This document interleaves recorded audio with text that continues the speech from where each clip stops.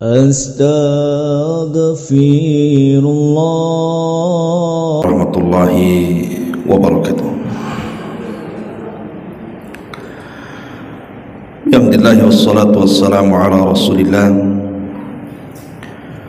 wa ala alihi wa sahbihi wa mawalah wa la hawla wa la quwwata illa billahi wa ba'du.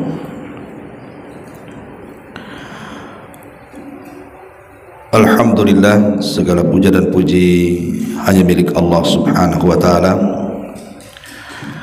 Salat dan juga salam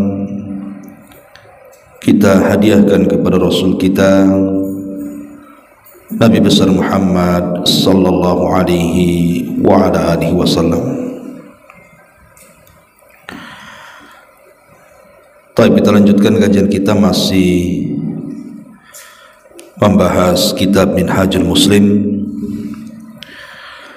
dan kita masuk pada pasal ke-8, masih bicara tentang akhlak, dan pembahasan di pagi ini kita akan membahas tentang akhlak al-ihsan, berbuat kebaikan ataupun kebajikan. Ma'asyiral muslimin muslimat yang dimuliakan Allah subhanahu wa ta'ala, di sini mu'alif rahimahullah ta'ala mengatakan seorang muslim tidak memandang berbuat baik itu sebagai sekedar akhlak utama yang menghiasi tingkah lakunya saja, akan tetapi dia memandangnya sebagai bagian dari akidahnya dan merupakan bagian besar keislamannya. Karena Islam dibangun di atas 3 pondasi utama. Pertama iman, yang kedua Islam, dan yang ketiga ihsan. Dan ini sebagaimana ditunjukkan dalam hadis yang panjang sekali yang disebut dengan hadis Jibril. Jadi satu hari Umar bin Khattab radhiyallahu an bercerita, kami duduk-duduk bersama Nabi sallallahu alaihi wasallam. Tiba-tiba kemudian datang seorang laki-laki yang sangat hitam rambutnya dan sangat putih pakaiannya dan tidak ada bekas safar. Anehnya, para sahabat Nabi SAW tidak ada satupun yang kenal orang tersebut. Karena kebiasaan para sahabat, kalau ada orang baru biasanya mereka mengenalkan, tapi tidak ada satupun sahabat yang mengenalkan dia. Kalau memang dia orang jauh, yang namanya padang pasir tentu ada bekas safarnya, minimal banyak debu di kepala dan pakaiannya, tetapi tidak ada bekas safarnya. Tapi kalau memang dia orang dekat, kenapa tidak ada satupun sahabat yang mengenalinya? Yang anehnya lagi, orang ini tiba-tiba mendekat Nabi sallallahu alaihi wasallam, kemudian meletakkan kedua tangannya di kedua paha Nabi sallallahu alaihi wasallam dan menempelkan lututnya di kedua lutut Nabi sallallahu alaihi wasallam. Tiba-tiba kemudian orang ini bertanya, apa itu Islam? Maka Nabi SAW menjawab. Kemudian orang ini bertanya lagi, apa itu iman? Maka Nabi SAW kemudian menjawab. Dan setiap jawaban Nabi SAW selalu orang ini mengatakan shadaqta, kau benar. Termasuk juga pertanyaan soal ihsan, apa itu ihsan?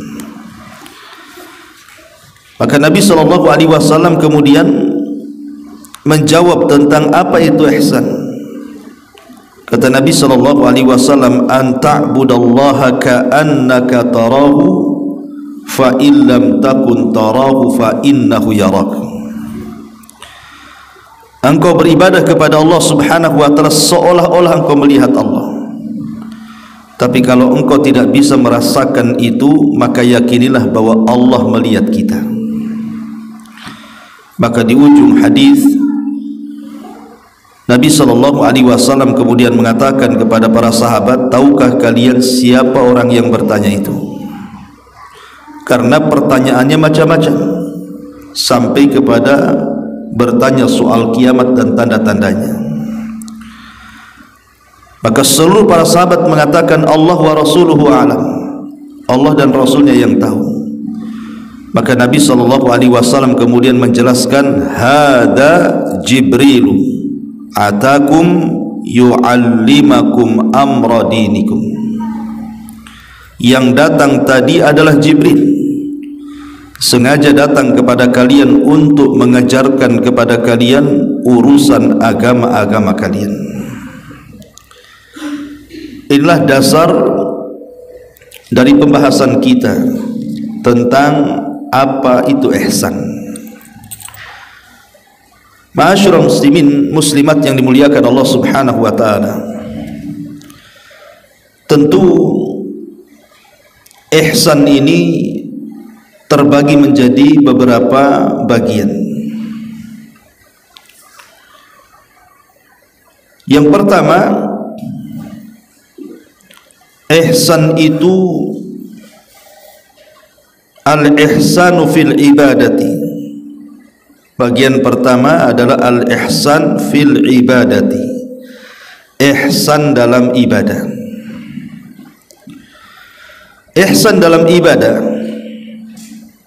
itulah tadi yang saya jelaskan di awal hadis Jibril, an ta'budallaha ka'annaka tarahu fa illam takun tarahu fa innahu yara. Engkau beribadah kepada Allah seolah-olah engkau melihat Allah, dan kalau engkau tidak bisa merasakan itu, maka yakini Allah subhanahu wa ta'ala melihat kita. Kalau kaedah ini Bu dipakai pada setiap ibadah-ibadah kita, saya yakin tidak perlu lagi ada orang bertanya apa itu khusyuk.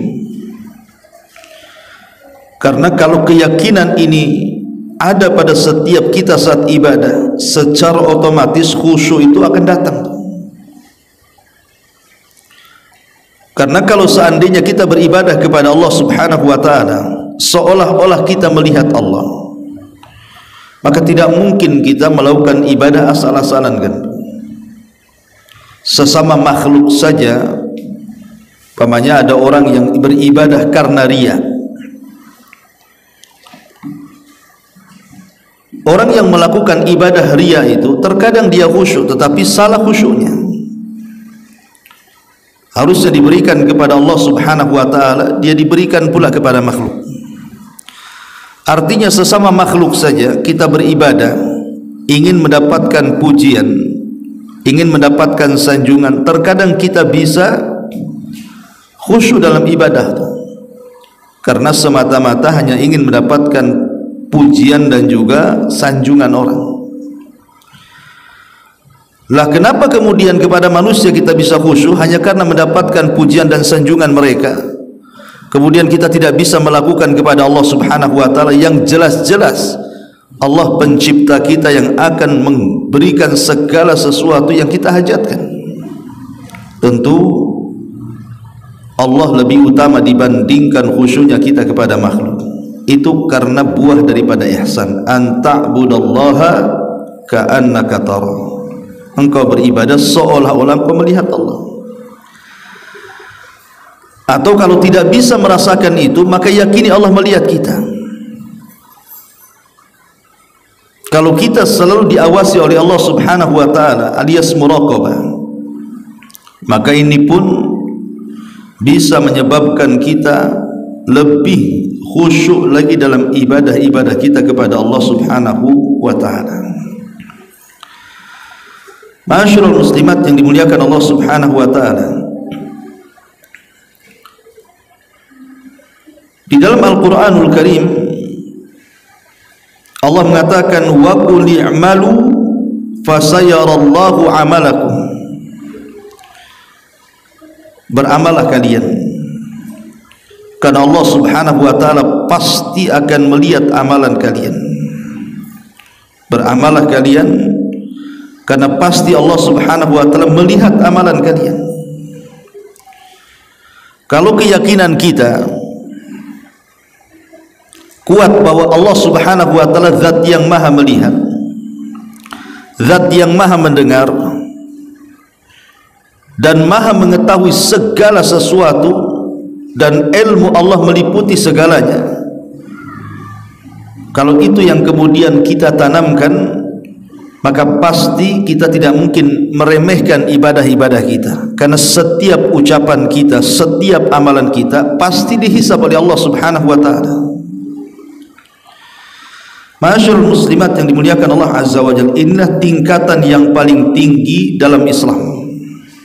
Jadi tingkatan yang paling tinggi dalam Islam itu adalah al-ihsan, seolah-olah ketika kita beribadah kita melihat Allah, atau kalau tidak sanggup meyakini itu, maka yakinilah bahwa Allah melihat kita. Ini yang pertama, al-ihsan fil ibadah, ihsan dalam ibadah. Yang kedua, al-ihsan fil qawli wal amal, ihsan dalam perkataan dan juga pada amalan. Pertama, pada perkataan itu disebutkan dalam surah Al-Isra ayat 53. Allah mengatakan qul li ibadi yaqulul lati hiya ahsan. Dan dalam ayat yang lain wa qulu linnasi husna, katakan kepada hamba-hambaku yang mereka mengucapkan sesuatu yang sangat indah, yang sangat santun. Dan juga Allah mengatakan wa qulu linnasi husna, katakan kepada manusia ucapan yang indah, ucapan yang santun. Maka ketika kemudian seseorang berusaha untuk menjaga lisan dan tidak mengeluarkan kecuali yang baik-baik, berarti dia telah melakukan ihsan dalam perkataannya. Bicara itu mudah kan Bu? Tidak sulit orang ngomong itu, tetapi yang diberikan taufik dalam ucapan itu sedikit sekali. Amalan yang paling mudah itu kan bicara, tetapi sedikit sekali orang yang diberikan taufik saat bicara. Padahal Nabi SAW mengaitkan keimanan itu dengan kesantunan dalam bicara. Kata Nabi SAW, man kana yu'minu billahi wal yaumil akhir falyakul khairan aw liyasmut. Barang siapa yang beriman dengan Allah dan hari akhir, maka ucapkan kalimat santun, kalau tidak bisa diam. Lihat di sini Allah kaitkan dengan keimanan kita kepada Allah dan hari akhir adalah ketika kita sanggup melontarkan kalimat-kalimat yang indah, kalimat-kalimat yang santun. Dan itu bagian daripada ihsan, kebaikan. Makanya sering saya katakan kan Bu, orang yang mengucapkan kalimat baik itu, kita sendiri yang mengucapkan itu tenang hatinya. Kita yang mengucapkan itu rasanya plong, tenang. Tapi betapa banyak orang-orang yang kemudian mengucapkan kalimat yang tidak santun, apalagi sampai menyakiti orang. Terkadang menyesal orang yang mengatakannya tuh. Kenapalah saya tadi mengatakan seperti itu? Itu dari sisi orang yang mengucapkannya, belum dari sisi orang yang mendengarkannya. Kalau yang kita ucapkan itu kebaikan, orang yang mendengarkannya pun dia merasa senang, merasa cinta dengan kita, menghargai kita, menghormati kita, dan ingin bicara dengan kita. Tapi kalau seandainya ucapan kita ini tidak santun, kasar, kotor, menyakiti orang, nyinggung, Orang yang mendengarnya pun kadang-kadang kapok mau ngomong dengan kita. Ketemu dengan kita aja tak mau. Ada kita pun dia lari. Karena tidak suka gitu ya. Bahkan terkadang kita pula dilaknat, digibah orang itu. Makanya ketika kita membiasakan mengucap kalimat-kalimat yang indah, itulah bentuk ihsan kita, tidak menyakiti orang dengan lisan kita. Ini yang kedua, al-ihsan dalam ucapan yang pertama, dan ihsan dalam al-amal, ihsan dalam amalan. Ihsan dalam amalan ini tentu ada dua macam, Bu ya, ihsan dalam amal ini. Karena amal sendiri terbagi menjadi dua kan. Ada umuriddin, perkara-perkara agama seperti sholat, puasa, zakat, haji dan yang semacamnya. Dan ada perkara-perkara amal itu dalam umur al-hayah, kehidupan, dalam kehidupan kita, berbuat baik kepada manusia, kepada tetangga, kepada orang tua dan begitu seterusnya kan. Lah dua-duanya tetap harus ada ihsan. Ketika kita sholat, berusaha kita perbaiki sholat kita dan tanamkan sikap tadi yang saya jelaskan di atas, seolah-olah kita melihat Allah, kalaupun tidak, yakini Allah melihat kita. Begitu juga dalam perkara-perkara kehidupan manusia, kita dituntut untuk ihsan. Lah di sini mu'alif rahimahullahu ta'ala menyebutkan beberapa dalil tentang perkara ihsan itu. Kita baca dulu, kemudian kita terangkan. Di antaranya Allah Subhanahu wa taala berfirman, wa ahsinu innallaha yuhibbul muhsinin. Dan berbuatlah baik kalian, karena sesungguhnya Allah itu suka dengan orang-orang yang berbuat baik. Lihat bagaimana ihsan itu mendatangkan kecintaan Allah kepada kita. Dan itu penting, Bu. Meraih kecintaan Allah Subhanahu wa taala itu sangat penting dalam kehidupan kita. Karena orang Arab mengatakan laisa sya'nu an tuhib walakinna sya'na an tuhab. Perkara itu bukan bagaimana Anda mencintai, tapi bagaimana Anda dicintai. Karena kalau seandainya kita mencintai, belum tentu yang dicintai itu mencintai kita. Tapi kalau kita kemudian dicintai, maka kita bisa mencintai. Ketika kita mencintai Allah Subhanahu wa taala, belum tentu Allah cinta dengan kita kalau salah cara meraih kecintaannya. Tapi kalau Allah Subhanahu wa taala sudah mencintai kita, berarti kecintaan kita kepada Allah Azza wa Jalla sudah benar. Dan itu buahnya sangat besar sekali. Kata Nabi sallallahu alaihi wasallam, "Innallaha idza ahabba 'abdan nadahu Jibril." Allah itu kalau sudah cinta dengan hambanya, Bu, maka yang pertama kali dipanggil oleh Allah adalah Jibril. Kemudian Allah Subhanahu wa taala mengatakan kepada Jibril, "Ya Jibril, inni uhibbu fulanan." Saya suka dengan si fulan. Fa'ahibahu, kau harus suka juga dengan dia. Maka kemudian Jibril memanggil seluruh malaikat-malaikat Allah dimanapun mereka berada dan mengatakan, "Ya malaikat Allah, innallaha yuhibbu fulanan fahibbuhu." Wahai malaikat-malaikat Allah dimanapun kalian berada, Allah sudah mencintai si fulan, maka kalian semua harus mencintai si fulan.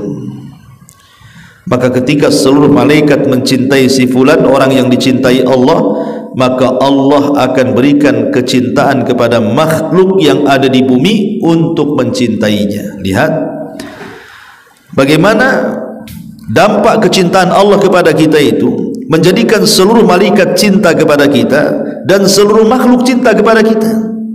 Lah salah satu penyebab kecintaan Allah kepada kita adalah al-ihsan, berbuat baik.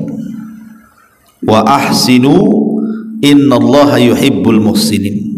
Dan berbuat baiklah karena sesungguhnya Allah menyukai orang-orang yang berbuat baik. Kemudian Allah Subhanahu wa taala mengatakan, "Innallaha ya'muru bil adli wal ihsan." Sesungguhnya Allah menyuruh kamu berlaku adil dan juga berbuat kebajikan atau kebaikan. Jadi ihsan itu perintah Allah. Dan kalau kita melakukan perintah Allah, berarti itu tanda dari alamat ketakwaan kita kepada Allah. Karena takwa itu menjalankan perintah dan menjauhi larangan. Dan juga Allah mengatakan wa qulu linnasi husna, dan ucapkanlah kata-kata yang baik kepada manusia. Sini kita disuruh untuk berbuat baik. Mu'alif mencontohkan bentuk ihsan kepada manusia. Apa caranya? Mengeluarkan kalimat santun, mengeluarkan kalimat baik. Apalagi kalimat-kalimat itu bisa menenangkan orang, Bu. Saya contohkan gini ya, Bu. Kalau ada orang sakit, kemudian orang sakit ini sabar dengan penyakitnya, tentu orang sakit ini kan banyak pahalanya kan, Bu.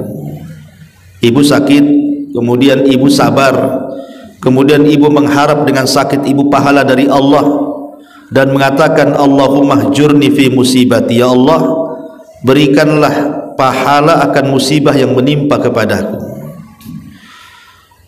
Maka dengan sebab kesabaran karena ibu sakit dan dengan sebab ibu mendoakan, berdoa kepada Allah agar mendapatkan pahala dari sakit ibu itu, ibu akan dapat keutamaan banyak. Bisa saja dosa-dosanya dirontokkan, kemudian juga diangkat derajatnya di hadapan Allah Azza wa Jalla.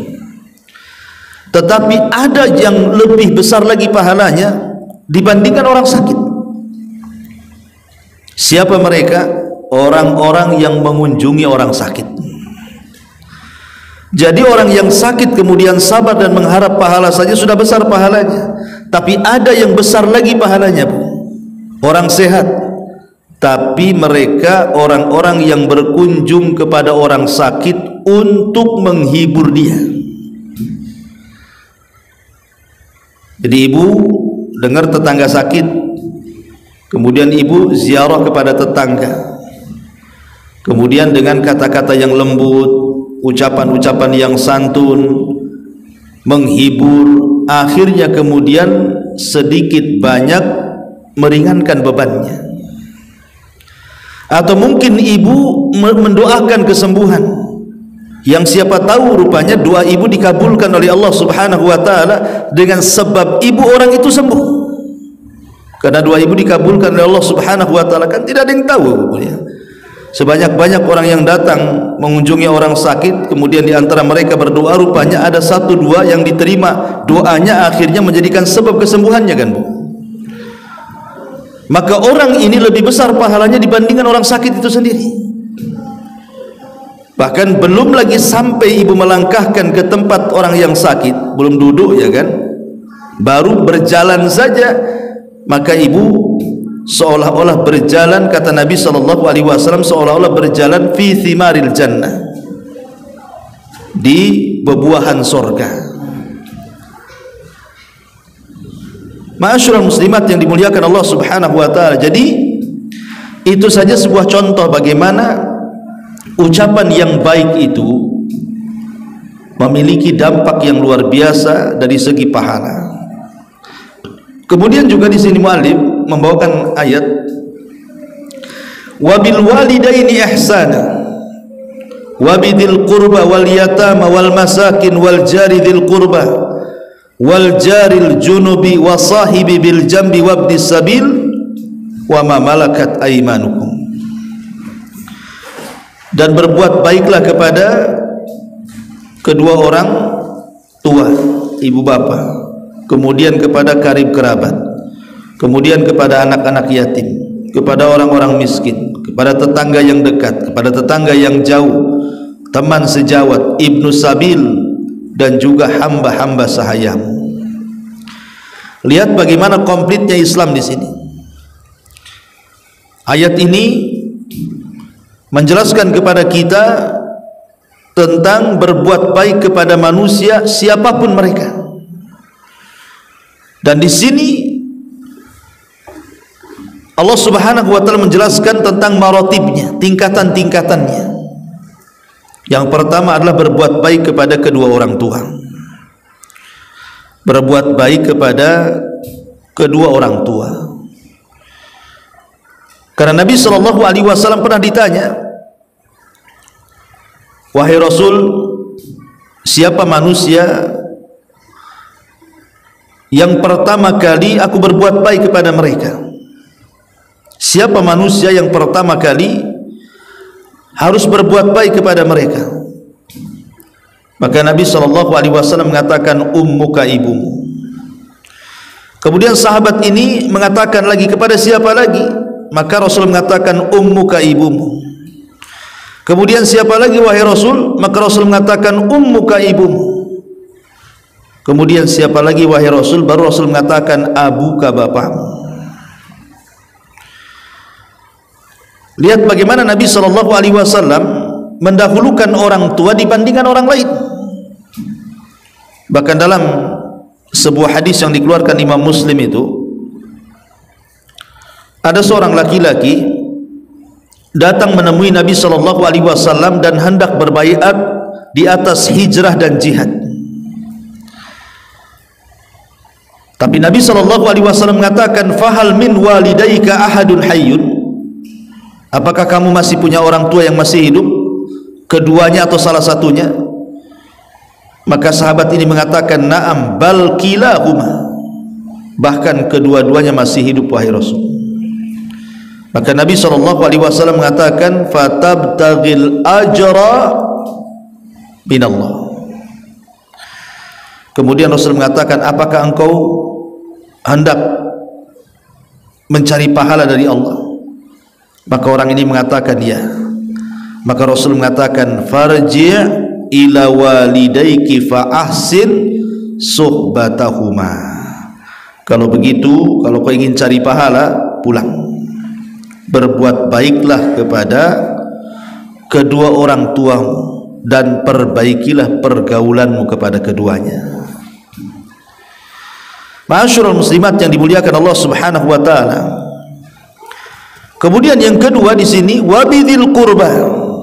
Setelah kemudian kepada orang tua, baru kepada karib kerabat kita. Karib kerabat kita yang ada hubungan dengan kita secara rahim. Maka mereka orang yang didahulukan sebelum yang lainnya.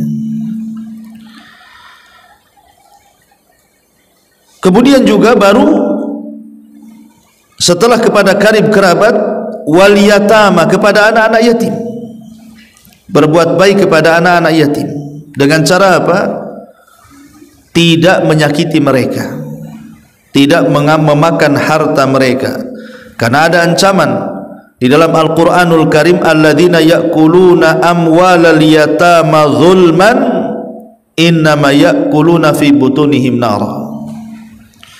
Siapa saja yang memakan harta anak yatim secara zalim, maka sama halnya dia memakan bara api dalam perutnya. Lihat bagaimana ancaman keras dari Allah Subhanahu wa taala. Tapi sebaliknya, orang yang berbuat baik kepada anak yatim, mengusap kepalanya, maka itu bisa menyebabkan kelembutan hati kita. Kelembutan hati kita. Jadi orang-orang yang keras hatinya, Bu ya. Kalau kita keras hatinya, ibadah nggak pernah khusyuk, bawaannya marah-marah, kan itu. Bawaannya itu malas, dinasihati tidak bisa, mendengarkan ngaji tidak masuk, keras hatinya. Maka salah satu yang bisa melembutkan hati adalah dengan cara menyayangi anak yatim. Cari anak yatim, kemudian usap kepalanya, kemudian hibur dia. Karena ada seorang sahabat datang kepada Nabi SAW mengadukan soal kekerasan hati. Bagaimana cara solusinya? Kata Rasulullah, datangi anak yatim, usap kepalanya, kata Rasul. Makanya kita lihat di zaman Nabi SAW, Bu, kenapa orang-orang jahiliyah, orang-orang musyrik Arab itu, sekelas Abu Jahal, Abu Lahab, Umayyah, Al-Walid, Uqbah, Rabi'ah, dan banyak lagi lah tokoh-tokoh Quraisy itu yang tua-tuanya, susah mereka mendapatkan nasihat, kan? Diajak masuk Islam tak mau. malah kemudian memerangi Nabi SAW. Diajak kepada hidayah juga mereka lari, malah memusuhi Nabi SAW. Apa penyebabnya, Bu? Kenapa mereka menolak hidayah? Ulama mengatakan salah satu penyebab orang-orang tua di zaman Rasul mereka sulit masuk Islam itu karena tidak ada rahmat dalam hatinya, tidak ada kasih sayang dalam hatinya, sehingga keras hatinya tuh. Dan itu dibuktikan di dalam Al-Quranul Karim, di mana Allah mengatakan, "Ara'aital ladzi yukadzibu biddin." Tidakkah kau lihat para pendusta agama itu? Kenapa mereka bisa mendustakan agama, menolak kebenaran? Maka Allah Subhanahu wa taala jawab, "Ara'aital ladzi yukadzibu biddin fadzalikal ladzi yadu'ul yatim." Karena mereka selalu menghardik anak yatim, menunjukkan kerasnya hati mereka sehingga sulit mendapatkan hidayah, berujung dengan mendustakan agama.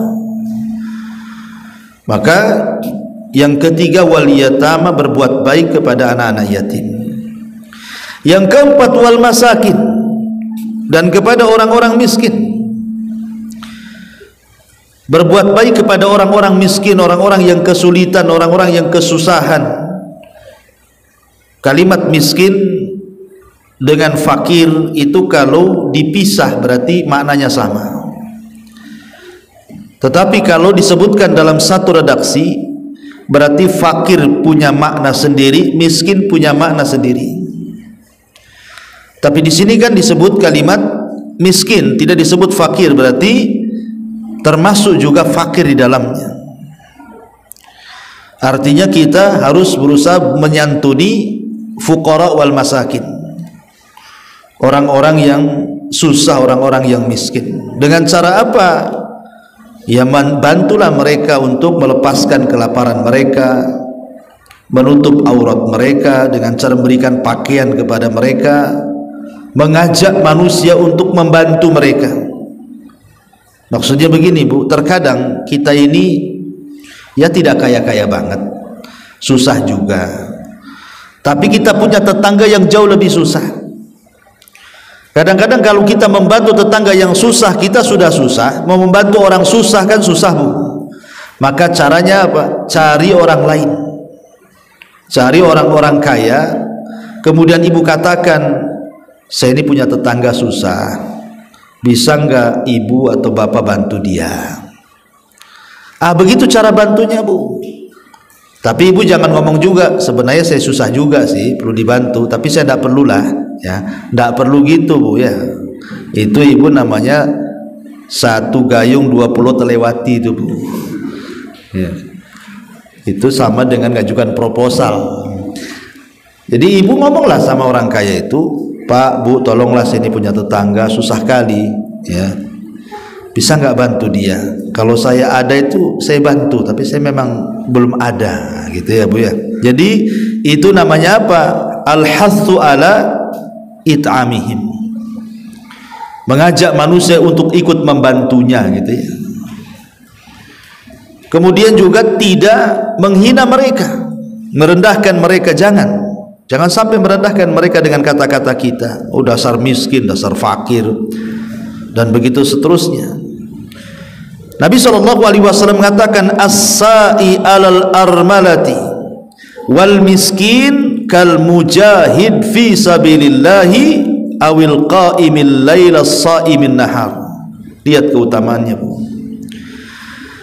Orang-orang yang membantu janda-janda yang miskin, yang fakir, dan juga orang-orang miskin, maka pahalanya setara dengan orang yang berjihad di jalan Allah. Kalau sekarang kita cerita orang-orang Palestina, kemudian kita melihat bagaimana para mujahidin di sana sedang baku tembak dengan Zionis Yahudi, kemudian mereka pun banyak yang meninggal, insyaallah sebagian mereka syahid. Terkadang kita pengen juga seperti mereka mati syahid, karena orang yang mati syahid itu jelas kan masuk surga tanpa hisab dan azab. Tetapi sebenarnya ada pahala-pahala yang bisa sampai ke derajat para mujahidin itu sebenarnya. Seperti membantu orang-orang miskin. Jadi kalau kita punya tetangga susah, miskin, ya, yang hidup diruli-ruli, susah mereka, mungkin ada orang tua, anaknya nggak bertanggung jawab, sakit-sakitan, hidup hanya lewat uluran tangan, kita bantu lillahi ta'ala, karena Allah. Maka kata Nabi SAW, orang yang bersegera membantu janda-janda miskin dan orang-orang miskin itu sekedudukan dengan mujahid, para mujahidin di jalan Allah Subhanahu wa taala. Tidak cukup sampai di situ, awil qaimil lail as-saimin nahar, bahkan lebih mulia dibandingkan orang yang terus melaksanakan qiyamul lail dan orang yang melaksanakan siyamun nahar, puasa sunnah. Lihat keutamaannya kan luar biasa. Itulah keutamaan ihsan kepada orang-orang miskin. Kemudian wal jari dzil qurbah wal jari al junubi wa sahibi bil jambi. Kemudian berbuat baik kepada siapa lagi? Kepada tetangga dekat, kepada tetangga jauh, ataupun kepada teman sejawat. Begini Bu, tetangga itu ada 3 macam Bu. Tetangga yang di kiri kanan kita itu ada 3 macam. Macam yang pertama, ada tetangga itu memiliki 3 hak. Ada yang kedua memiliki 2 hak. Ada yang ketiga memiliki 1 hak. Adapun tetangga yang pertama, dia memiliki 3 hak. Kalau seandainya tetangga yang di samping kita ini bukan hanya seorang tetangga, tapi dia juga kerabat kita dan dia juga seorang muslim. Jadi kalau ibu punya tetangga, dia muslim, kemudian dia kerabat ibu juga, ya kan, maka dia punya 3 hak. 1 hak bertetangga, 2 hak kerabat, 3 hak seorang muslim. Ini yang pertama. Yang kedua, kalau tetangga sebelah ibu itu bukan kerabat tapi dia muslim, berarti punya 2 hak tuh. Pertama, hak selaku tetangga, yang kedua hak selaku muslim. Kemudian yang ketiga, ibu punya tetangga, dia bukan kerabat, bukan muslim, dia non muslim, maka tetap dia punya hak, namanya hak bertetangga. Hak bertetangga, tetap mereka tetangga kita walaupun non muslim. Makanya kenapa Allah Subhanahu wa taala memasukkan dalam deretan para pendusta agama itu ayamnaunal maun. Apabila tetangga sebelah kita non muslim umpamanya tiba-tiba datang ke ibu sebagai tetangga, mungkin pinjam gasnya, pinjam kompornya, pinjam pancinya, pinjam kualinya, pinjam peralatan dapur lah, apa-apa gitu kan, atau mungkin bumbu-bumbu dapur. Mereka punya hak Bu, ibu tidak boleh mencegah. Ngapain Ustaz, kafir aja gitu, boikot aja lah katanya. Nah begitu Bu, ini nggak memerangi ibu, kecuali dia memerangi ibu, yalah diboikot. Dia kan nggak memerangi, ya, dia berbuat baik tetangga kita, maka tetap harus diberi. Pinjam panci kasih, kuali kasih, kan itu. Masalah Ustadz, pernah saya kasih tidak balik, ya diminta lah Bu, kuali kemana kemarin tuh mana, kan itu. Jadi diminta, kenapa susahnya? Jadi intinya bahwa di sini kita berbuat baik kepada tetangga walaupun dia non muslim, karena dia masih punya hakul jiran namanya, hak bertetangga. Kadang-kadang begini Bu, tetangga ini kadang-kadang dia lebih tahu kondisi kita dibandingkan kerabat yang lainnya. Ibu punya saudara tapi jauh di kampung sana, atau mungkin ibu punya saudara tapi mungkin lain perumahan, ya, satu kota Batam tapi lain tempat. Ketika ibu sakit, ketika ibu meninggal, atau ketika ibu ada kesusahan, itu terkadang tetangga dulu yang tahu tuh. Terkadang tetangga dulu yang pertama kali nolong kita, memberikan pertolongan kepada kita, meminjamkan sesuatu kepada kita, kan. Makanya Jibril itu sampai-sampai berwasiat kepada Rasul tentang berbuat baik kepada tetangga, sampai-sampai Rasul menyangka tetangga itu bisa mendapatkan hak waris, saking dekatnya. Makanya dengan tegas Nabi SAW mengatakan, la yu'minu ahadukum, man kana yu'minu billahi wal yaumil akhir falyukrim jarahu.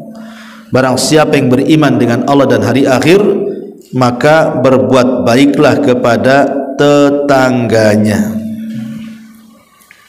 Ya, dengan cara apa? Hormati tetangga tuh. Kemudian juga berusaha berbuat baik, dan kalau tetangga berbuat jahat berusaha sabar.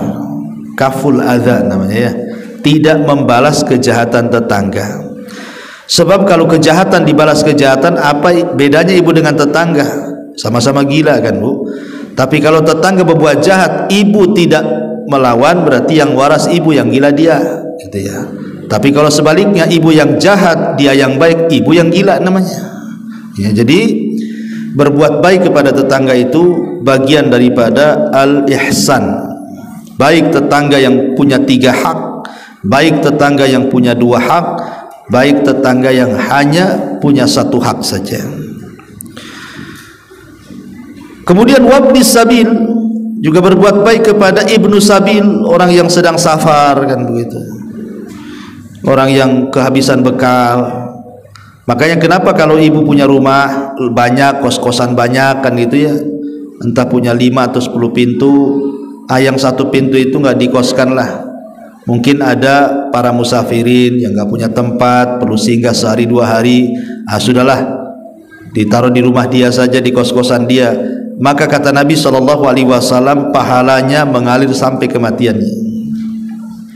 Dan yang terakhir, wa ma malakat aimanukum, kata Allah, dan hamba sahaya, budak-budak, kan gitu.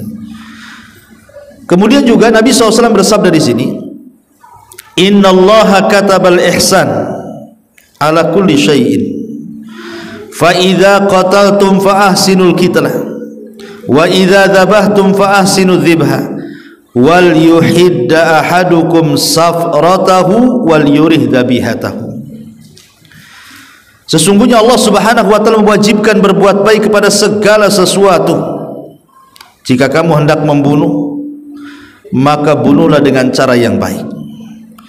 Jika hendak menyembelih, sembelilah dengan cara yang baik.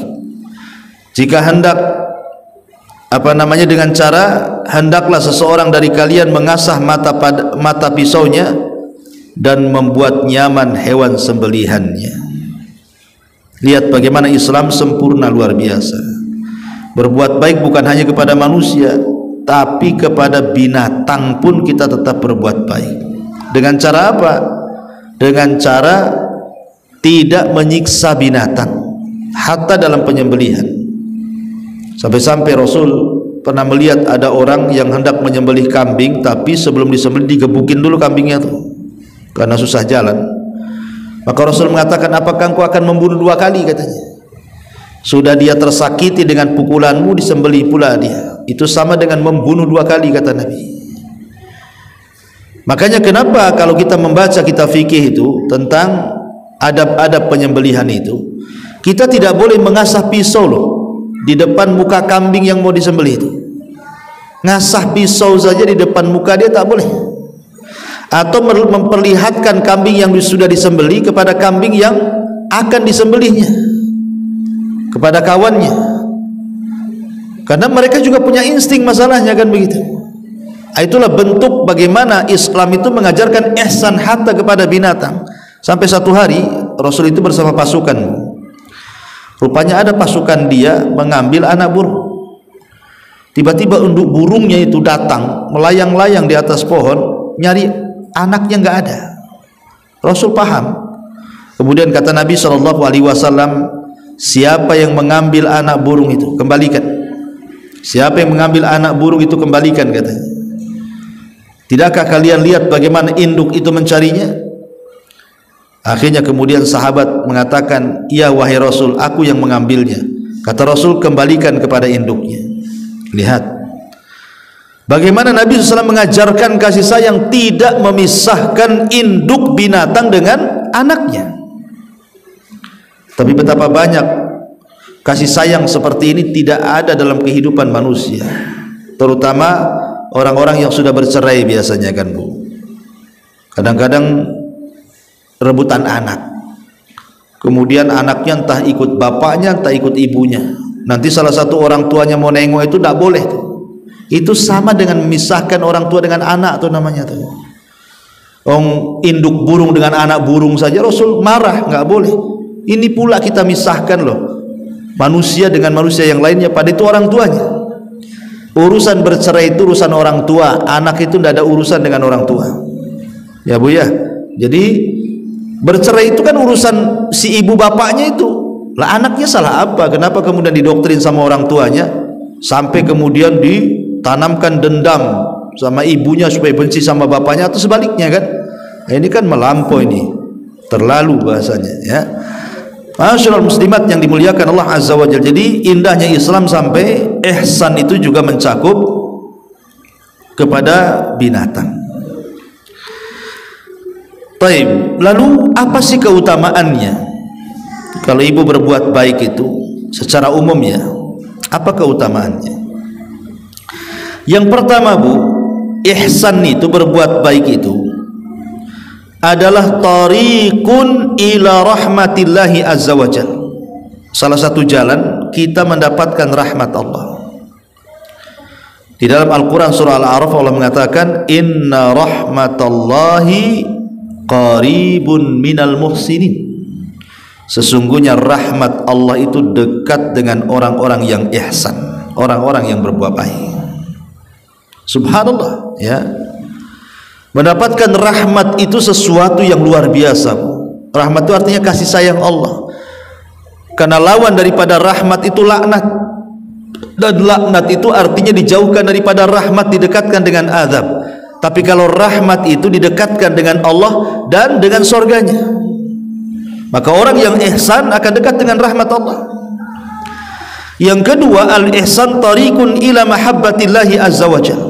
Ihsan ini jalan mendapatkan kecintaan Allah. Wallahu yuhibbul muhsinin. Dan Allah itu senang dengan orang-orang yang berbuat ihsan baik itu. Dan saya sudah jelaskan tadi, kalau Allah sudah mencintai kita, maka Allah akan membawa semua malaikatnya ikut mencintai kita, dan membawa seluruh makhluknya yang ada di bumi ikut mencintai kita. Kemudian yang ketiga, al-ihsan sababun fi nailil ilmi wal fiqhi fid din. Berbuat baik itu sebab ibu mendapatkan pengetahuan dan kecerdasan dalam agama. Karena Allah yang mengatakan dalam surah Yusuf ayat 22 kan, walamma balagu asyuddahu atainahu hukman wa ilman wa kadzalika nujzil muhsinin. Ketika Yusuf sudah sampai usianya, maka kami berikan hukum dan juga ilmu, dan itulah kami balas kepada orang-orang yang berbuat baik. Kemudian yang keempat, al-ihsan sababun fi ihsanillahi azza wa jalla ila abdi. Jadi kalau kita berbuat baik kepada manusia, itu menyebabkan Allah berbuat baik kepada kita. Kalau kita berbuat baik kepada orang, maka Allah akan berbuat baik kepada kita, karena kita sudah berbuat baik kepada makhluknya. Allah mengatakan hal jazaul ihsan illal ihsan. Tidaklah balasan orang berbuat baik pasti mendapatkan kebaikan dari Allah Subhanahu wa taala. Sama dengan orang yang berbuat jahat pasti juga akan mendapatkan kejahatan.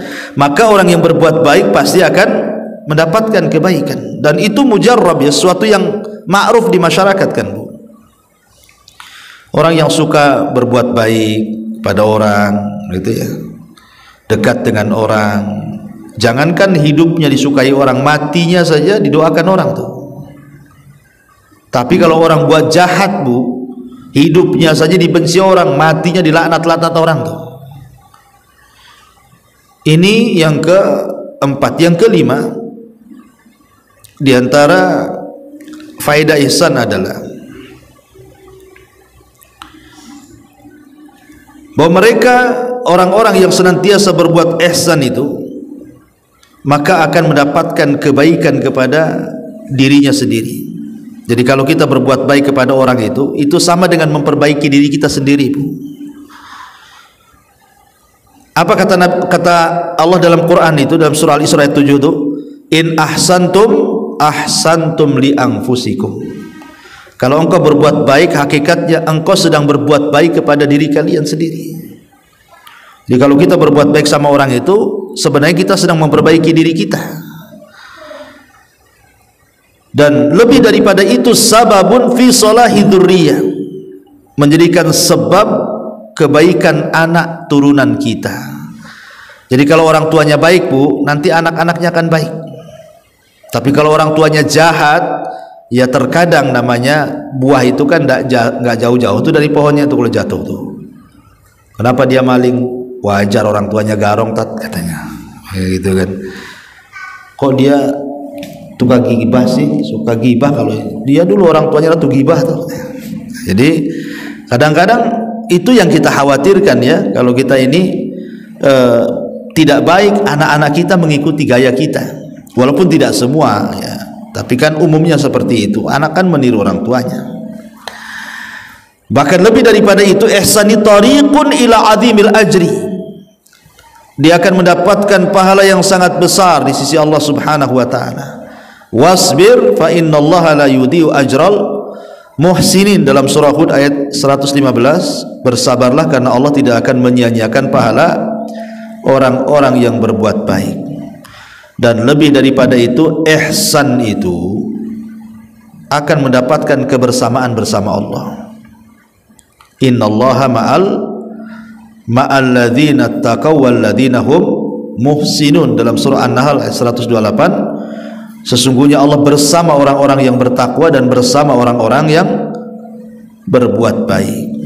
Dan ihsan juga tariqun ila ridha ar-rahman. Ihsan itu jalan mendapatkan keridhaan dari Allah Subhanahu wa taala, sebagaimana disebutkan dalam surah At-Taubah ayat 100. Dan ihsan juga ini yang kita tunggu-tunggu, adalah tariqun ilal jannah, bisa mengantarkan kepada cita-cita semua orang yang beriman masuk surga ya. Jadi orang berbuat baik itu dijanjikan masuk surga. Bahkan lebih daripada itu, di surga dia akan memandang wajah Allah. Lilladzina ahsanu al-husna wa ziyadah, bagi orang-orang yang berbuat baik mereka akan mendapatkan surga wa ziyadah, dan tambahan kenikmatan di surga. Apa itu? Ru'yatullah, bisa memandang wajah Allah Subhanahu wa taala. Bukan hanya sekedar masuk surga, kita akan dipandangkan oleh Allah Subhanahu wa taala kepada wajahnya. Ma'asyiral muslimat yang dimuliakan Allah Subhanahu wa taala. Kemudian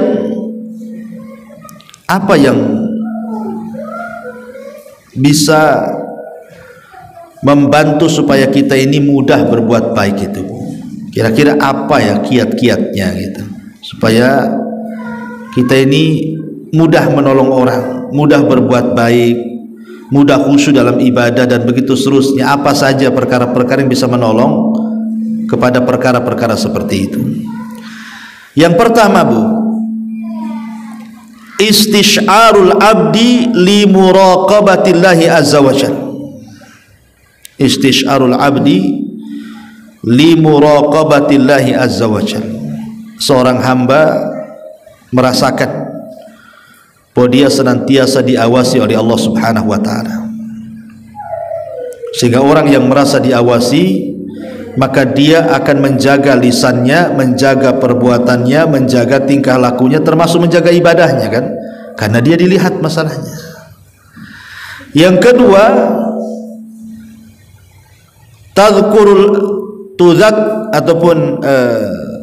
tadzkiratul abdi liyaumil hisab.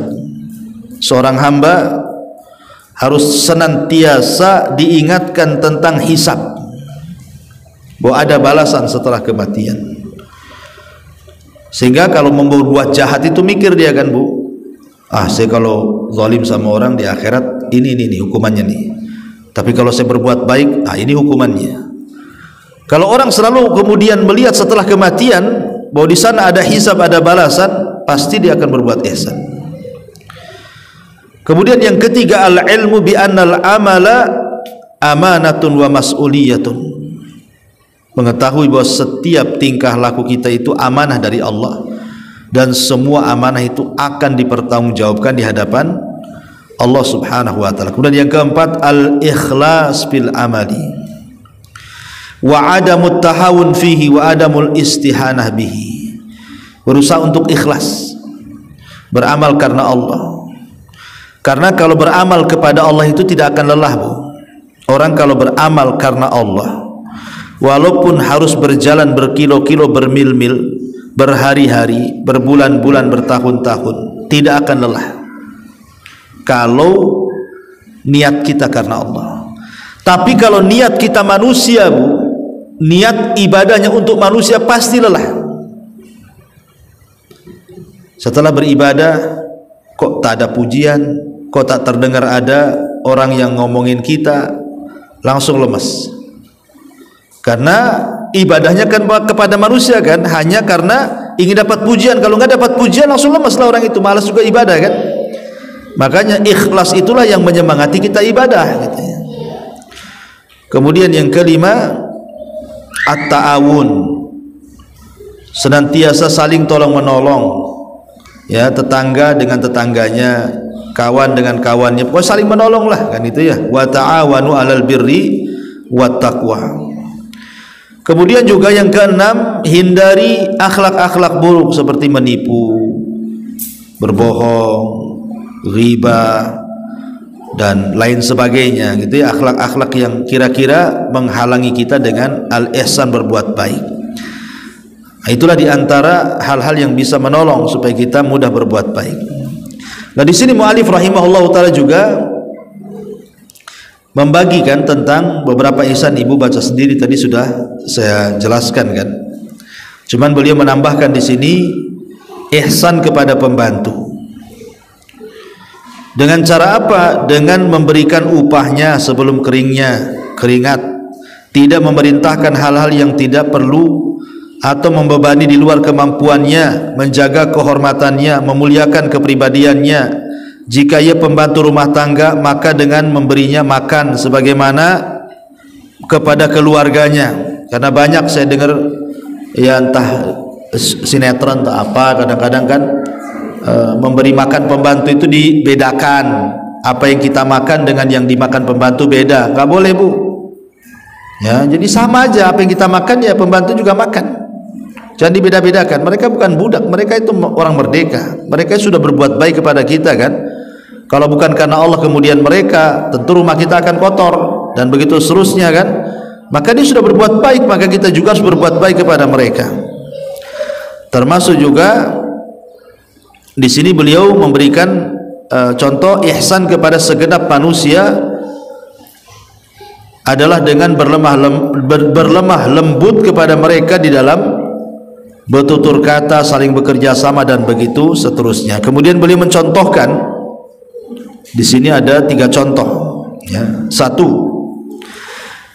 di hari perang Uhud, orang-orang musyrik membunuh paman Nabi SAW, bahkan mencincang tubuhnya, memecahkan giginya, bahkan melukai Nabi ya di perang Uhud itu. Kemudian seorang sahabat meminta kepada beliau agar mendoakan bencana untuk orang-orang musyrik yang zalim itu. Maka Nabi SAW kemudian berdoa, Allahumma gfir li qaumi fa innahum la ya'lamun. Ya Allah, ampunilah kaumku karena mereka kaum yang tidak tahu. Lihat, sahabat ini meminta kepada Rasul agar Rasul mendoakan kehancuran, tapi Rasul tidak mendoakan kehancuran, malah mendoakan ampunan pula. Nah, itu menunjukkan bagaimana Rasul mengajarkan ihsan kepada kita. Diminta mendoakan kehancuran, malah Rasul mendoakan ampunan. Nah, itulah ihsan namanya.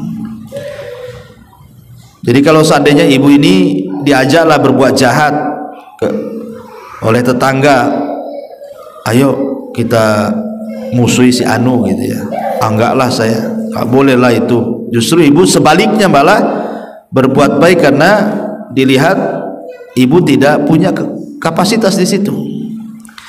Kemudian yang nomor 2, pada suatu hari Umar bin Abdul Aziz berkata kepada seorang budak perempuannya, kipasilah saya sampai saya tidur. Pembantu itu mengipasinya, kemudian Umar bin Abdul Aziz pun tidur. Budak itu mengantuk, kemudian tertidur juga. Ketika Umar bangun, ia mengambil kipas tersebut dan mengkipasi budaknya. Bayangkan, jadi Umar ingin berbuat baik karena dia sudah mengipasi dirinya sampai tidur. Akhirnya budaknya ngantuk, kemudian budaknya tidur, Umar bin Abdul Aziz bangun, ingin berbuat baik, dia kipasi balik tuh. Saat budak itu terbangun dan melihat Umar mengipasinya, maka langsung berteriak ketakutan. Namun Umar bin Abdul Aziz mengatakan, sesungguhnya kamu juga manusia seperti saya, yang tertimpa udara panas sebagaimana menimpaku, maka saya mengipasimu sebagaimana engkau sudah mengipasi aku. Lihat bagaimana ulama salaf kan. Padahal Umar bin Abdul Aziz itu seorang khalifah kan itu. Dan yang ketiga, salah seorang generasi pendahulu sedang marah kepada budaknya dengan sangat marah, sehingga hendak menyiksanya. Namun budak itu berkata, wal kadhiminal ghaidha, orang-orang yang beriman adalah orang yang menahan marah. Maka orang itu menjawab, saya menahan marahku. Budak itu berkata lagi, wal afina anin nas, dan yang suka memaafkan kesalahan manusia. Orang itu menjawab, saya memaafkanmu. Kemudian budak itu melanjutkan firman-Nya, wallahu yuhibbul muhsinin, sesungguhnya Allah mencintai orang-orang yang berbuat baik. Maka orang itu menjawab, pergilah, sekarang engkau merdeka, karena saya mengharap berjumpa dengan wajah Allah subhanahu wa ta'ala. Ini 3 contoh bagaimana ihsan itu betul-betul diwujudkan dalam kehidupan kita. Wallahu a'lam bishawab. Ini yang bisa sampaikan. Taib, sebelum saya tutup, silakan kalau ada yang bertanya.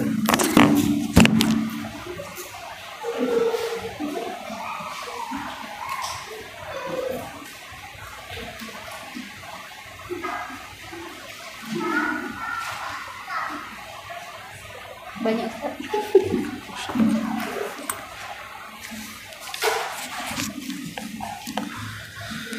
Ya, pertanyaan pertama berkenaan dengan pahala bagi orang sakit. Apakah itu khusus bagi yang benar-benar ikhlas? Bagaimana jika orang tersebut mengeluh karena sakit sekali atau karena lama sakitnya, apakah tidak mendapatkan pahala atau tidak berkurang dosanya? Syukron. Iya. Di zaman Nabi SAW, Rasul pernah mengunjungi seorang wanita namanya Ummu Sa'ib. Ummu Sa'ib. Ummu Sa'ib ini mencela penyakit humma, penyakit sakit kepalanya itu, dan mengatakan penyakit kepala ini tidak memberkah, katanya. La barakata fihi, katanya. Al-humma la barakata fihi. Penyakit demam ini tidak memberkah, kata Ummu Sa'ib. Maka Nabi SAW menegur dan mengajarkan doa kepada Ummu Sa'ib, tidak boleh mencela penyakit. Rasul mengatakan, la tasubbu al-humma, jangan engkau mencela penyakit demam, kata Rasul. Kenapa? Karena boleh jadi penyakit itu bisa menggugurkan dosa dan mengangkat derajat. Makanya kenapa di sini pentingnya, Bu, seseorang itu belajar tauhid. Penting belajar tauhid itu. Bagaimana sabar, tawakal, inabah, taubat, dan begitu seterusnya kan.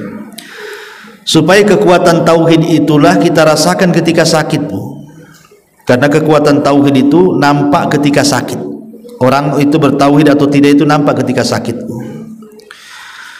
Kalau orang itu kuat tauhidnya, maka diuji berbagai macam penyakit pun, maka dia akan sabar, mengharap pahala, dan akan menyerahkan semuanya kepada Allah. Inna lillahi wa inna ilaihi rajiun.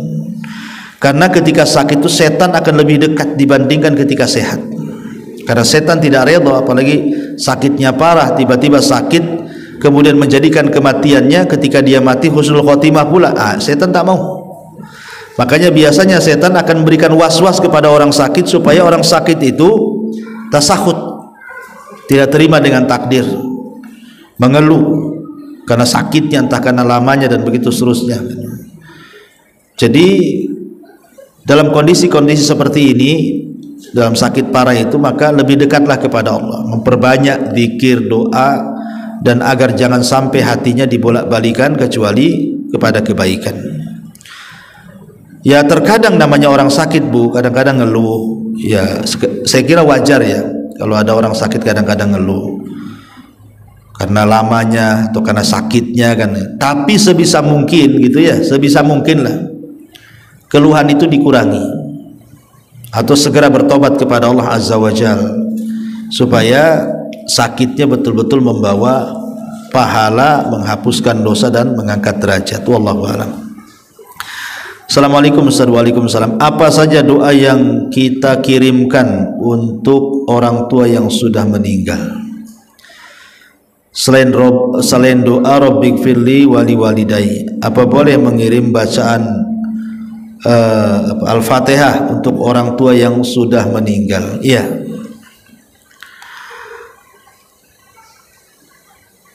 Yang ditunggu-tunggu orang tua dari dua anaknya adalah dua perkara. Satu, doa ampunan, minta kepada Allah agar orang tua kita yang meninggal itu diampuni dosanya. Yang kedua, minta ditetapkan, karena orang-orang yang di kuburan itu sedang difitnah dengan pertanyaan-pertanyaan. Maka minta kepada Allah agar ditetapkan jawabannya, karena kuburan itu bukan hanya sekedar raudun min riyadil jannah, tapi juga menjadi hufratun min hufarin nar. Dia bisa menjadi taman dari taman-taman sorga, tapi bisa juga menjadi lubang menuju arah neraka. Maka kewajiban anak adalah berdoa kepada kedua orang tua kita dengan doa meminta supaya Allah mengampuni dosa-dosa orang tua kita.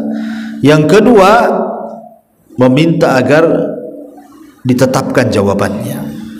Terus itu yang kita minta, itu yang ditunggu mereka. Dan doa itu sesuatu yang disepakati Bu.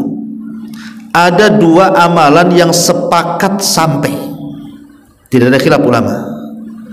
Kalau ibu ingin mengirim pahala kepada orang yang meninggal dunia, terutama orang tua kita, lakukan dua perkara ini. Ini sepakat ulama, tidak ada khilaf. Pertama doa, yang kedua sedekah. Doa dan sedekah.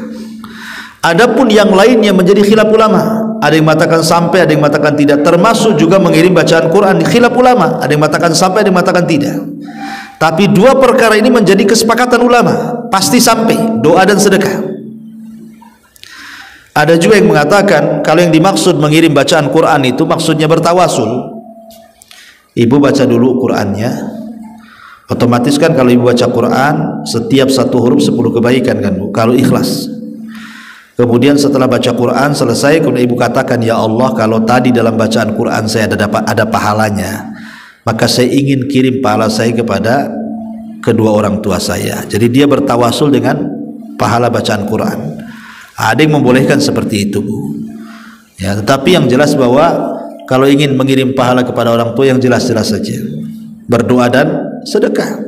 Ya, sumbanglah masjid-masjid, pesantren-pesantren, anak-anak yatim, orang-orang miskin. Ya, kemudian niatkan pahalanya untuk orang tuanya. Bismillah. Afwan Ustaz bertanya di luar tema. Saya punya sahabat mu'alaf, ketika menikah dinikahkan oleh wali, tetapi tidak disebut nama ayahnya karena ayahnya masih Kristen non muslim. Apakah benar seperti itu? Ketika menikah disebut dengan Fatimah binti Fulan nama wali nikahnya, bukan nama ayah wali hakimnya. Iya, bismillahirrahmanirrahim.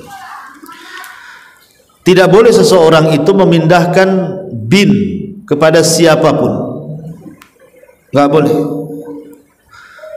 Nggak boleh umpamanya walaupun non muslim, tetap dia bin itu tetap kepada bapak kandungnya, kepada bapak kandungnya. Karena Nabi SAW punya anak juga namanya Zaid, dulunya Zaid ibn Muhammad, tapi kemudian oleh Nabi SAW dikembalikan nasabnya kepada ayah aslinya, Zaid ibn Haritha. Zaid ibn Haritha. Dan seorang mu'allaf kalau dia menikah sementara bapaknya masih kafir, maka dia tidak punya wali. Walinya wali hakim. Dalam hal ini Pak Kuat, ya. Kecuali kalau dia punya pamannya muslim, bapaknya non muslim tapi pamannya muslim, beralih ke pamannya lah. Tapi kalau seluruh wali-walinya yang berhak jadi wali dia tidak ada karena semua kafir, maka masuk pada hadis Nabi SAW, fasultan waliyun mala waliyalahu, maka sultan maksudnya penguasa menjadi wali bagi yang tidak punya wali.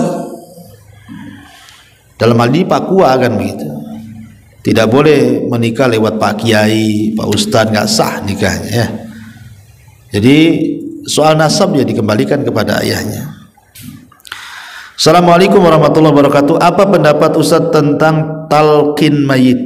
Iya, talqin, ditalqin lah. Maksudnya talqin mayit ini, kalau yang dimaksud adalah ketika sakaratul maut, maka ini yang dianjurkan. Jadi ketika orang sedang naza, maka kita mentalqin supaya dia mengucapkan kalimat tauhid la ilaha illallah. Itu yang dilakukan Rasul kepada pamannya Abu Talib. Qul ya ammi la ilaha illallah. Katakan pamanku la ilaha illallah, itu ketika Abu Talib sedang sakaratul maut tuh, supaya dia mengucapkan kalimat itu. Tapi kalau sudah meninggal, apa manfaat talqinnya? Yang ada doa. Ya, kalau sudah meninggal ya didoakan. Wallahu a'lam. Kemudian, Ustaz, apa hukum kita menabung di bank konvensional? Ya, sebaiknya dipindahlah ke syariah. Karena bagaimanapun bank konvensional ini kan jelas-jelas ada unsur ribanya. Alhamdulillah negara kita kan sudah ada bank-bank syariah. Sebaiknya beralih kepada syariah. Ya, walaupun dalam syariah sendiri saya dengar masih ada praktek-praktek riba, tapi minimalnya kan kemungkaran itu kalau tidak bisa dihilangkan 100%, minimalnya diringankan. Apa hukumnya kita memakai kartu kredit, ya, pembayaran tepat waktu jadi tidak dikenakan bunga, hanya saja iuran tahunan penggunaan kartu kredit biasanya untuk mempermudah transaksi online. Wallahu alam, saya belum tahu kartu kredit seperti apa. Tapi kalau yang dimaksud kartu kredit itu maksudnya uang bank dulu dipakai oleh kita, baru kita bayar. Nah, itu kan namanya utang, Bu. Ibu sama aja numpuk-numpuk utang itu. Gitu maksudnya, Bu ya. Kartu kredit itu dibayari dulu, kita pakai nanti habis itu kita bayar gitu atau gimana? Saya tidak paham di kartu kredit karena saya manual sih, Bu. Ya. Saya tidak pernah pakai kartu-kartu kayak gini kecuali kartu handphone. Ya, tahu saya. Kalau ini saya tidak paham. Wallahu a'lam. Tapi kalau maksudnya diisi dulu oleh pihak yang lain gitu ya, kita pakai yang permudah, itu sama aja dengan utang, Bu. Ya. Apakah boleh mensolatkan jenazah 2 kali? 1 kali di rumah, 1 kali di masjid? Boleh, nggak ada masalah, asal orang yang mau nyolatkannya orang lain lah, bukan itu juga. Ya, kalau kita menyolatkan jenazah 1 kali aja, pemanya di rumah, perempuan di rumah nyolati dulu, nanti bawa ke masjid laki-laki, nggak masalah. Wallahu a'lam. Bismillahirrahmanirrahim. Izin bertanya Ustaz, apakah seorang yang terlahir sebagai seorang Yahudi, maka mereka sifat-sifat buruk Yahudi yang tercantum dalam Quran dan tidak ada kemungkinan mereka mendapatkan hidayah? Tidak. Selama mereka masih hidup, Yahudi masih bisa dapat hidayah. Banyak orang Yahudi juga di zaman Rasul, ya maksud tidak banyak orang Yahudi di zaman Rasul yang Muslim, tapi ada yang masuk Islam kan, seperti Abdullah ibn Salam. Di zaman Rasul, Abdullah ibn Salam tokohnya Yahudi masuk Islam. Kemudian juga pembantu Rasul Yahudi juga masuk Islam. Adalah sekitar mungkin 5 atau 6 orang di zaman Rasul itu orang Yahudi masuk Islam. Ya, adalah kemungkinan dapat hidayah. Hidayah kan milik Allah, bukan milik kita. Tapi memang umumnya orang-orang Yahudi itu berbeda dengan Nasrani, kecuali kalau mereka memang di lingkungan yang sudah modern, umpamanya dia sudah pisah dengan sesama Yahudinya, karena orang Yahudi ini jahat. Orang Yahudi ini jahat sekali karena memang Allah yang mengatakan dalam Quran kan, la tajidanna asyaddan nas adawatan lil ladina amanul yahud wal ladina asyraku. Kau akan mendapati kaum yang sangat memusuhi orang-orang yang beriman itu orang-orang Yahudi. Pertama kalau disebut orang Yahudi. Tetapi apakah kemudian mereka nggak akan dapat hidayah? Ya kalau mereka mencari hidayah pasti dapat hidayah. Karena bagaimanapun kalau kita berbicara takdir, Bu, kenapa Allah menciptakan iblis? Lebih jahat iblis apa lebih jahat Yahudi? Kan iblis lebih jahat. Dan Allah tahu iblis itu akan kafir dan sudah dicatat juga dalam Lauhil Mahfuz iblis itu akan kafir. Apakah kekafiran iblis itu menyesuaikan catatan? Tidak. Kekafiran iblis itu iblis sendiri yang mau kafir, bukan karena dia dicatat sudah akan kafir sehingga harus kafir. Allah tidak sedzalim itu. Iblis kafir itu bukan karena mengikuti catatan Lauhil Mahfuz, tidak, tapi dia ingin kafir sendiri. Allah sudah kasih petunjuk tapi dia ingin kafir, makanya dia dicatat dia kafir. Wallahu a'lam. Ustaz, apakah ada doa agar hati ini selalu ikhlas dalam menolong orang lain? Ya ada. Ya muqallibal qulub tsabbit qalbi ala ta'ati. Kadang saat menolong kita ikhlas, tapi jika orang yang kita tolong jahat membuat kita jengkel, timbul rasa kesal pada orang lain. Nah itulah kadang jeleknya kita kan. Itu namanya mengharap balasan, Bu. Ya itu namanya mengharap balasan. Ya kita menolong itu balasannya dia jangan berbuat jahat. Nah soalnya kan begitu, Bu. Nah itu namanya minta balasan, minta imbalan. Kalau menolong ya menolong saja. Urusan dia baik sama kita, jahat sama kita, urusan dialah. Yang jelas kita berbuat baik. Makanya minta kepada Allah agar hati kita ini jangan dibolak-balikan oleh Allah Azza wa Jalla. Ya muqallibal qulub tsabbit qalbi ala ta'atik. Dan yang terakhir, apakah Ustaz kita tetap mendapatkan pahala yang besar jika kita menyantuni anak yatim, janda, fakir, miskin, tapi tidak konsisten, Ustaz? Karena kadang kita ada uang lebih untuk membantu mereka, kadang juga pas-pasan dan begitu. Ya tetaplah dapat pahala, Bu. Ya tetap dapat pahala para mujahidin, orang-orang yang membantu janda-janda dan anak-anak miskin. Ya, kalau diniatkan karena Allah Subhanahu wa taala dan diniatkan untuk mendapatkan pahala yang disebutkan dalam hadis Nabi sallallahu alaihi wasallam tadi. Wallahu a'lam bishawab. Saya kira cukup sampai di sini. Subhanakallahumma wa bihamdika asyhadu an la ilaha illa anta astaghfiruka wa atubu ilaik. Allahu taala alam.